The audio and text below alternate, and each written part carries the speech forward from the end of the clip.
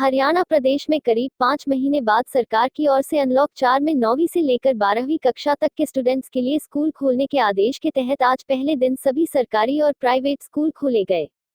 सरकार द्वारा तय की गई गाइडलाइंस के तहत स्कूलों में अभिभावक और बच्चों की एंट्री से लेकर क्लासरूम में बच्चों के बैठने तक की सुरक्षित व्यवस्था बनाई गई है, लेकिन कोरोना का खौफ फिर भी अभिभावकों, बच्चों और स्कूल टीचर के दिमाग में इस तरह घर किए हुए है कि अभिभावक अपने बच्चों को स्कूल में भेजने से डर रहे हैं, तो स्कूल प्रबंधन और टीचर भी अभिभावकों के डर से इत्तेफाक रखते हुए दिखाई दे रहे हैं। फतेहाबाद में आज पहले दिन सरकारी और प्राइवेट स्कूलों में बच्चों के पहुंचने की संख्या काफी कम रही और गिने चुने अभिभावक की जरूरी परामर्श के लिए स्कूलों में पहुंचते हुए दिखाई दिए, और जो पहुंचे उनके चेहरे पर कोरोना का खौफ कैसा है आप भी सुनिए और समझिए। जी हाँ, ये डर तो है कि हम स्कूल में आएंगे हमें कोविड हो सकता है, पर हम सरकार के नियम फॉलो करेंगे, जैसे कि मास्क लगा के आना, सैनिटाइजर करके आना और बाकी सब कवर होके आना। जी हाँ, मैं अपने पेरेंट्स की परमिशन लेके आया हूँ और मैंने नोटबुक जमा करवा दिया मैम। लगातार स्कूल खुलते हैं तो फ़ायदा ही है। जो घर बैठे पढ़ाई होती है, वैसे स्कूल में पढ़ाई तो घर बैठे हो नहीं सकती जो स्कूल में पढ़ाई होती है। मेरा बच्चा 9th क्लास में है जी, और इसका जो सरकार का जो निर्णय है कि एक टाइम में 20 बच्चे जो है स्कूल में आके अलग अलग टीचर से सलाह ले सकते हैं, अपनी प्रॉब्लम का सोल्यूशन कर सकते हैं, क्योंकि 6 महीने से बच्चा घर बैठा है, एक तरह से एजुकेशन से कट ऑफ है। चाहे ऑनलाइन क्लासेस ले रहा है, पर ऑनलाइन क्लासेस जो और मैनुअल क्लासेस में जो है बहुत डिफरेंस आ जाता है। बहुत से बच्चे ऐसे हैं जिनको साथ के साथ समझाना पड़ता है, टॉपिक क्लियर करना पड़ता है, 2-3 बार करवाना पड़ता है। तो इसलिए जो है वो फिजिकल डिस्टेंसिंग का पालन करते हुए बच्चा टीचर से 2 दिन में 3 दिन में एक बार आके अपनी प्रॉब्लम का सोल्यूशन कर जाए और बाकी बैठ के घर पे काम करे। मानते हैं भी सही फैसला लिया गया है? ये फैसला कुछ हद तक सही है, क्योंकि एजुकेशन भी तो ज़रूरी है ना जी।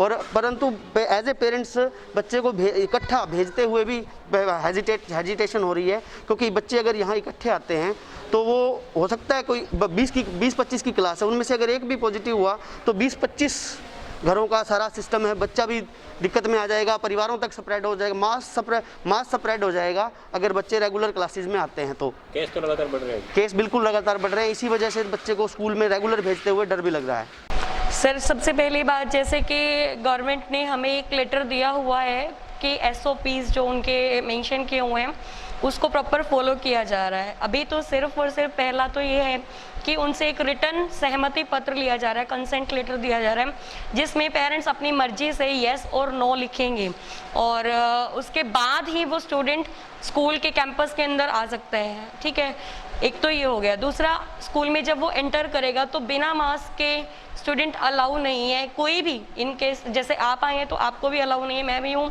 तो मैं मास्क के साथ ही अलाउ होंगी। दूसरी बात कि अगर कोई आ भी जाता है, इन केस एक से ज़्यादा व्यक्ति इकट्ठे हो जाते हैं, 2 लोग इकट्ठे हो गए, तो उसके लिए आप हमारे स्कूल कैंपस में विजिट कर सकते हैं कि 2 चेयर्स के बीच में गैप हमने रखा हुआ है, और वो भी प्रॉपर कैसे रखा हुआ है आप देख सकते हैं कि ब्राउन टेप के साथ हमने रखा हुआ है। ठीक है।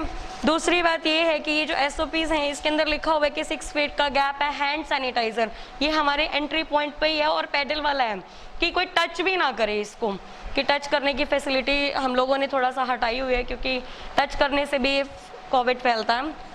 सैनिटाइज करेंगे उसके बाद टीचर्स के साथ जैसे मिल रहे हैं, तो एक टाइम पे एक स्टूडेंट ही अलाउ है। जैसे मेरे ऑफिस में आप अभी आए तो एक टाइम पे सिर्फ आप अलाउ हैं, बाकी लोग बाहर हैं।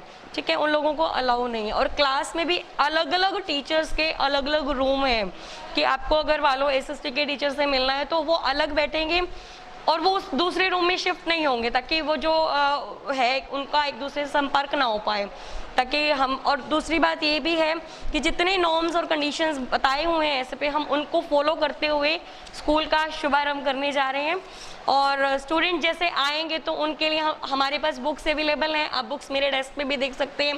ठीक है, और नोट्स अवेलेबल हैं, बच्चों को रिटर्न भी हो सकते हैं, उनके नोट्स चेक भी हो रहे हैं उनकी जहाँ प्रॉब्लम है, और वो भी आप देख रहे होंगे कि टेबल का प्रॉपर गैप दिया जा रहा है, उसके बाद ही किया जा रहा है। आज पहले दिन कितने बच्चे आपके स्कूल में आए हैं? अभी तक के, जैसे अगर हम अभी तक के काउंट करें तो अराउंड 10 स्टूडेंट्स आए हैं, क्योंकि टाइम लग रहा है ना इस चीज़ पे, एक के बाद एक वेटिंग में आ रहा है, तो इस चीज़ में थोड़ा सा टाइम लग रहा है। तो 10 के अराउंड अभी तक स्टूडेंट्स आए हैं।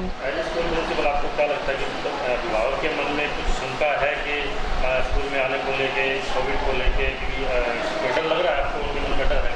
हाँ, पेरेंट्स हैं, उनके कई अभी तो बिल्कुल ही, अब देखिए जैसे जैसे टाइम बीत रहा है तो कईयों के मन में तो कोई शंका नहीं है, लेकिन कुछ पेरेंट्स के मन में शंका है, लेकिन अभी तक ऐसा कुछ उन्होंने कोई क्वेरी हमसे किया नहीं है कि भाई हम कैसे, हमें डर लग रहा है या ऐसा कुछ उन्होंने अभी तक हमें कुछ भी अंदेशा दिया नहीं है। लेकिन बस ये है कि वो देख रहे हैं कि प्रॉपर रूल्स को फॉलो हो रहा है, प्रॉपर जैसे ही गवर्नमेंट के भिवानी बोर्ड की शिक्षा निदेशालय के आदेश हैं जैसे कि, तो उसको फॉलो करते हुए तो पेरेंट्स थोड़ा निश्चिंत है कि स्कूल में अगर हम भेज रहे हैं आर्यभट्ट के अंदर तो हमारे बच्चे को हमें थोड़ा डरने की ज़रूरत नहीं है।